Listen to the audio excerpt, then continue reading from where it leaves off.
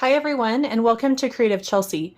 Today I'm excited to share with you my first alternative card using the June 2023 paper pumpkin kit called Welcome In. This beautiful kit creates 9 handmade cards, 3 in these 3 different designs. These are the intended cards that you can make with the kit.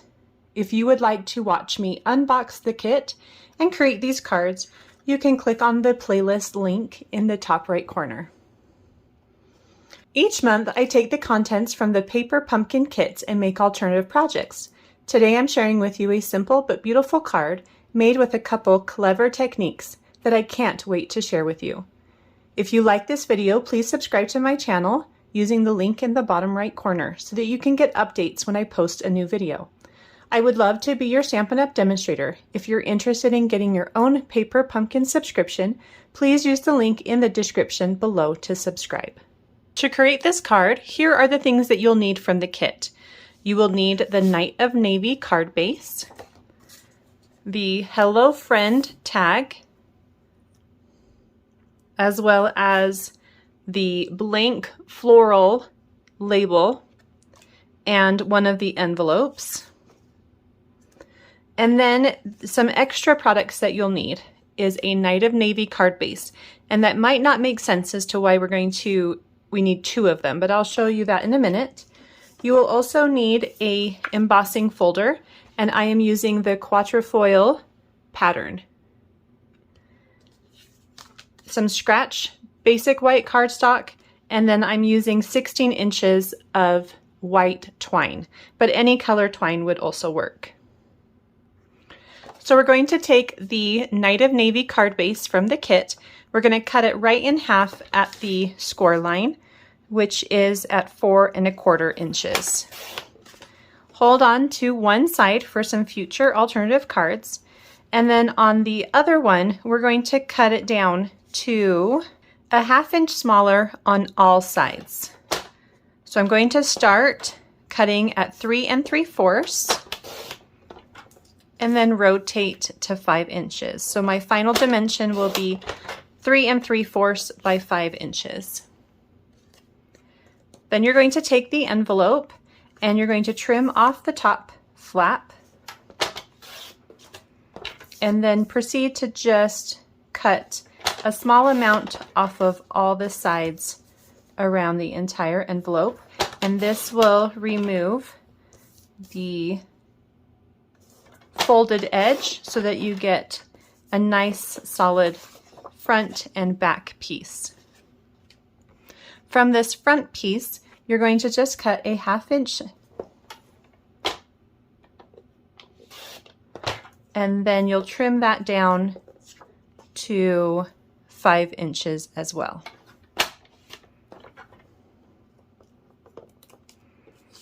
From the flap, you're just going to even off all the sides. So start on that flat side and line it up with that rounded corner, and then just continue all the way around to remove all of the kind of these curved lines here that come from that flap, so that it's all nice and straight and you have a nice rectangle, and you can measure it to 5 inches. So the final dimension on that is somewhere about 1 3/4 by 5 inches. So you have these 3 pieces now. So the technique that I'm going to share with you now is how you can create a shorter shape for your card from this label that came in the kit. So we're going to create 2 cuts at the bottom. The first cut I'm going to measure along this bottom edge, and I'm measuring that at 15/16. So it's just a little smaller than 1 inch. Go ahead and cut, and you're going to get a piece like this. So go ahead and save that. Then we're going to measure from the top edge at 2 7/16. So that's just a little smaller than 2 1/2.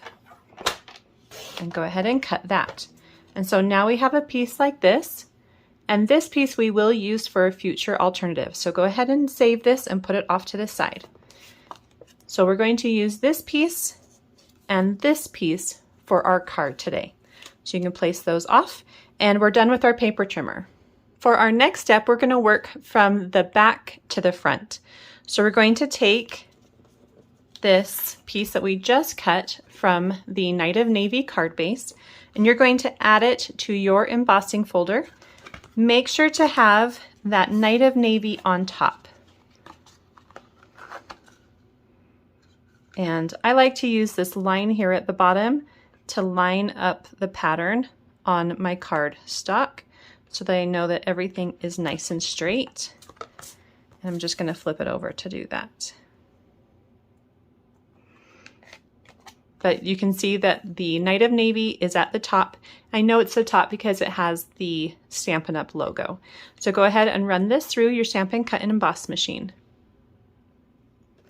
So here you can see that embossing on that card base.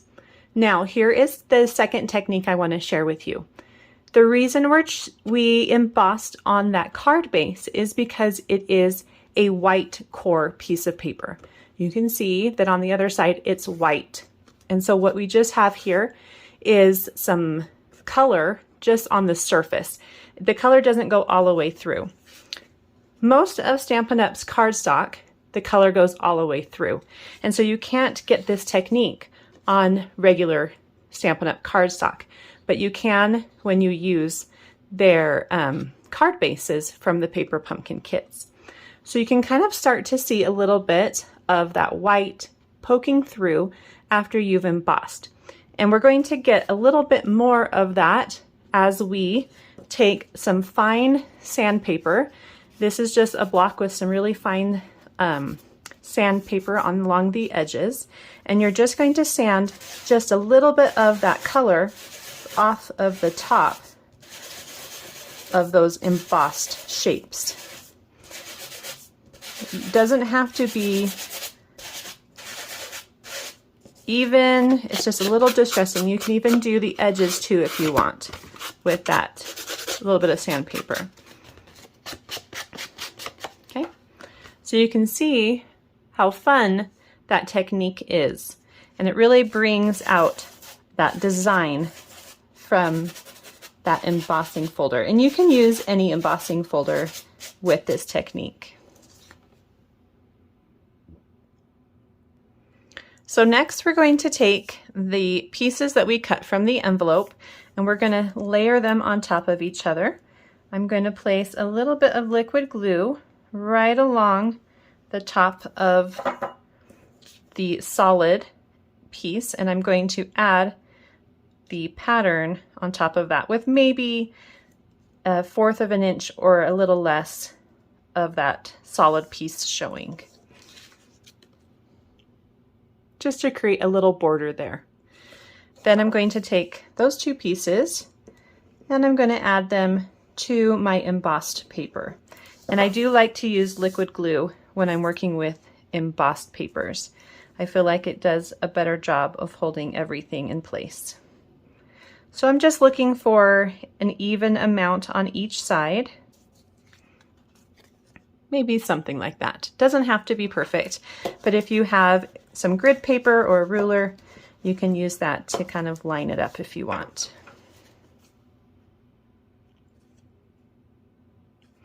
Then we can take this and we're going to add it to our Night of Navy card base. And again, just use a little bit of liquid glue. And that's going to go in the center. There will be about 1/4 of an inch all the way around. Just kind of eyeball it. And I like to use my bone folder whenever I use liquid glue to just smooth everything out. Okay, so this is where we're at right now. So next, let's go ahead and create our focal point. So what I'm going to do is I am going to take this bottom piece here. This is the bottom piece that doesn't have the flowers. I'm going to flip it over and add just a little bit of liquid glue right along that edge. Just make sure it's a very thin amount of glue. And then you're going to take the top and you're going to flip it over and place that over the glue. And the reason I do it from the back is because what I'm trying to see is the bottom corner of the top piece connecting with the corner on the bottom piece, so that I know that everything is nice and lined up. And liquid glue is nice with this because you can kind of move things around. And so when you flip it back over, you're going to have a nice seamless, almost like a circle type of shape. So it's a much shorter shape. Now you're going to say, well, it has the seam here. And now I'm going to show you how you can hide that seam. And that is where the twine comes in. So this is about 16 inches of twine. You could also use ribbon or another type of material. Maybe even something like cardstock could also cover this up. So if you cut a skinny strip of cardstock, and we're going to place it right over that seam. And then on the left side, I'm going to tie a knot, but I need to flip this a little bit. Okay, so make sure those ends are all together, which they're not. Try that again. And then tie a knot first, which is what I do with my twine or linen thread. When you have a really small ribbon like this, it's nice to be able to just tie a knot. And then if you want, you can kind of bring it in a little bit and just slide it all the way down so it's touching that seam. And then you can tie your bow.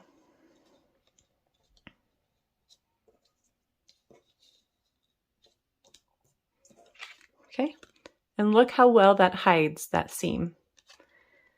We're also going to add our greeting right over the seam as well, which also kind of helps to hide that little detail. So I'm going to take one of my strips from the kit and I'm going to place that right below the flowers and remove the paper backing, and then you can add that greeting right there. Perfect. This is also going to get added to our card base with some of the strips from the kit.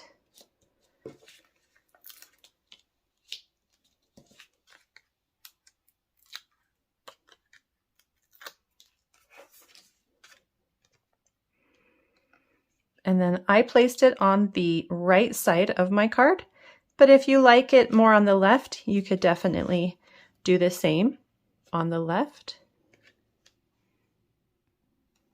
So the last thing that I did was stamp a little flower because I didn't want to miss out and not actually stamp anything on this card. So this is the little flower from the stamp set that came in the kit, and I'm going to stamp that in Daffodil Delight, just on some scratch basic white cardstock, or if you could find a little corner from some of the scrap pieces in the kit, that would also work. And you're just going to take your paper snips and do a quick fussy cut. Some of you might have been able to get the add-on dies that you could purchase that coordinate with the stamp set in this kit. And so of course you could use those instead of fussy cutting. But it's not too hard to just fussy cut those out. And that is also going to get popped up with a dimensional. I do have some mini dimensionals that I'm going to use that are perfect for this little flower. So I'm going to pop that on just underneath the greeting right there. And your card is all done. Well, I hope you enjoyed watching me create this beautiful card and seeing some of the fun techniques that I used on it. If you're interested in getting written instructions or seeing close-up images on how I created this card, you can visit my blog, creativechelsey.com.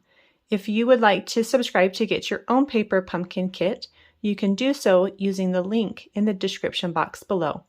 Thanks so much for watching. Have a creative day. Bye.